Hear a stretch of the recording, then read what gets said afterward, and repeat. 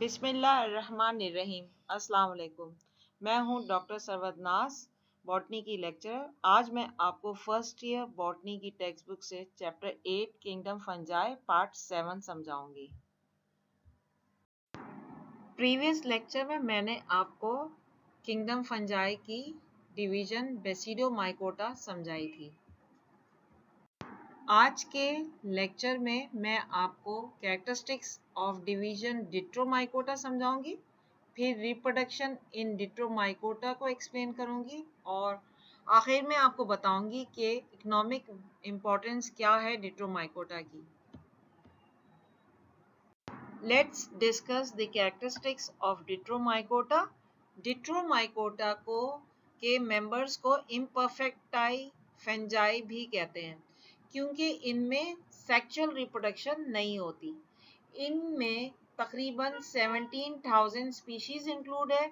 इनके ज़्यादातर members land पे पाए जाते हैं, कुछ एक्वेटिक भी होते हैं। इस ग्रुप में जो शामिल हैं मेंबर्स वो सेप्रोफाइट्स भी होते हैं, यानी जो डेड डिकेइंग ऑर्गेनिक मैटर से अपनी ग़िज़ा हासिल करते हैं, और कुछ जो हैं वो पैरासाइट्स भी होते हैं, यानी जो अपनी ग़िज़ा लिविंग होस्ट से हासिल करते हैं। इनमें सेप्टेट माइसीलियम पाया जाता है, यानी ऐसा माइसीलियम जिसके दरमियान पार्टीशन वॉल मौजूद होती है। इनका हाइफी इंटर सेलुलर भी हो सकता है और इंट्रा सेलुलर भी हो सकता है। इंटर का मतलब होता है दो सेल्स के दरमियान से हाइफी गुजर सकता है, ठीक है। और इंट्रा का मतलब होता है अंदर, यानी हाइफी अंदर एंटर हो सकता है, ठीक है। डिट्रोमाइसीट्स में रिप्रोडक्शन सिर्फ एसेक्चुअली होती है। एसेक्चुअल रिप्रोडक्शन इनमें हाइफिल फ्रेगमेंट्स यानी फ्रेगमेंटेशन के थ्रू, बडिंग के थ्रू, ऑर्थोस्पोर्स के थ्रू, क्राइमाइडोस्पोर्स के थ्रू या और ज़्यादातर कोनिडिया के थ्रू होती है। डिट्रोमाइकोटा में सेक्सुअल रिप्रोडक्शन एब्सेंट होती है, लेकिन जेनेटिक रिकम्बिनेशन होती है। ये उस वक्त होती है जब दो हाइफी डिफरेंट जेनेटिक टाइप की आमने सामने जाती हैं और फ्यूज होती हैं। देखिए, एक को यहाँ पे रेड कलर से शो किया गया है, एक हाइफी के न्यूक्लियस को, और दूसरे हाइफी के न्यूक्लियस को ब्लू कलर से शो किया गया है, ठीक है। जब ये फ्यूज होते हैं तो सबसे पहले क्या होता है, साइटोप्लाज्म फ्यूज होता है। ये देखिए, साइटोप्लाज्म यहाँ पे फ्यूज हो गया और दोनों के न्यूक्लियस जो है वो यहाँ पे एक साथ आपको एक ही हाइफी में नजर आते हैं।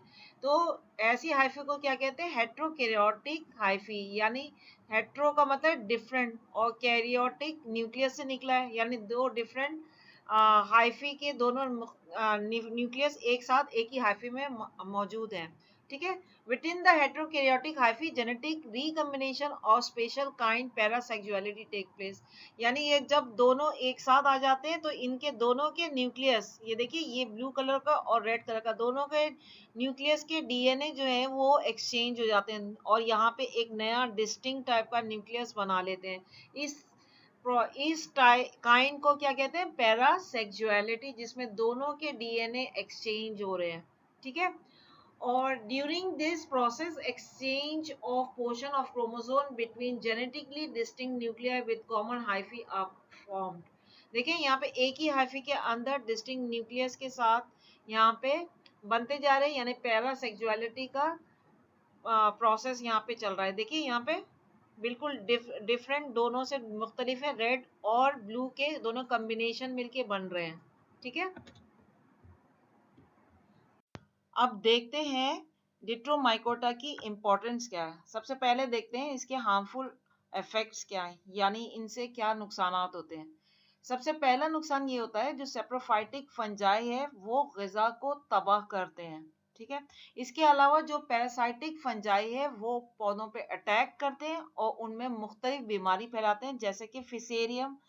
ये कॉज करती है विल्ड डिजीज। विल्ड डिजीज यानी ऐसी डिजीज जिसमें वक्त से पहले पत्ते झड़ना शुरू हो जाते हैं, जैसा कि टमाटर में, केले में, पी में, कैबिज में, कावा में, मेलन में, पोटैटो में और कॉटन में।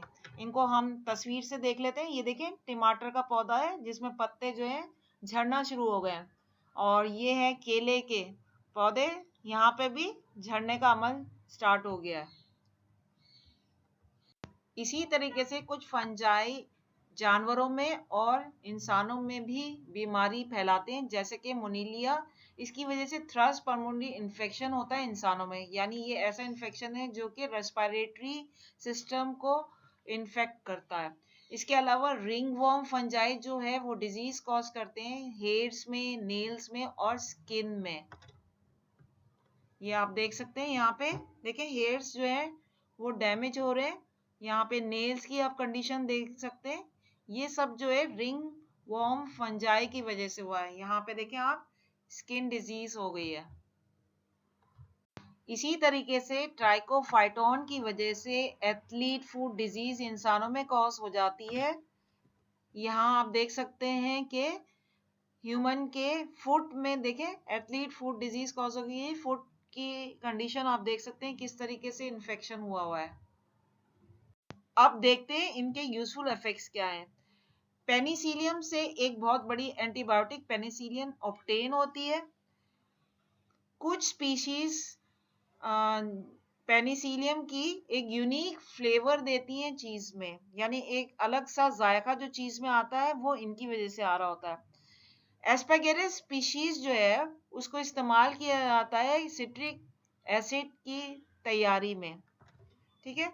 और सिट्रिक एसिड क्या होता है? ये एक फ्लेवरिंग एजेंट होता है जो कि फूड प्रिजर्वेटिव के तौर पे इस्तेमाल करता है, यानी फूड को अगर आप काफी दिनों तक रखना चाहें तो उसके लिए एक प्रिजर्वेटिव यूज किया जाता है, ठीक है। तो सिट्रिक एसिड जो है वो एक प्रिजर्वेटिव होता है।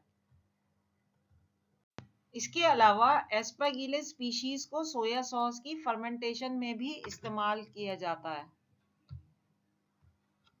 उम्मीद है आपको डिट्रोमाइकोटा अच्छी तरह समझ आ गया होगा। अपना फीडबैक जरूर दीजिएगा। Thank you.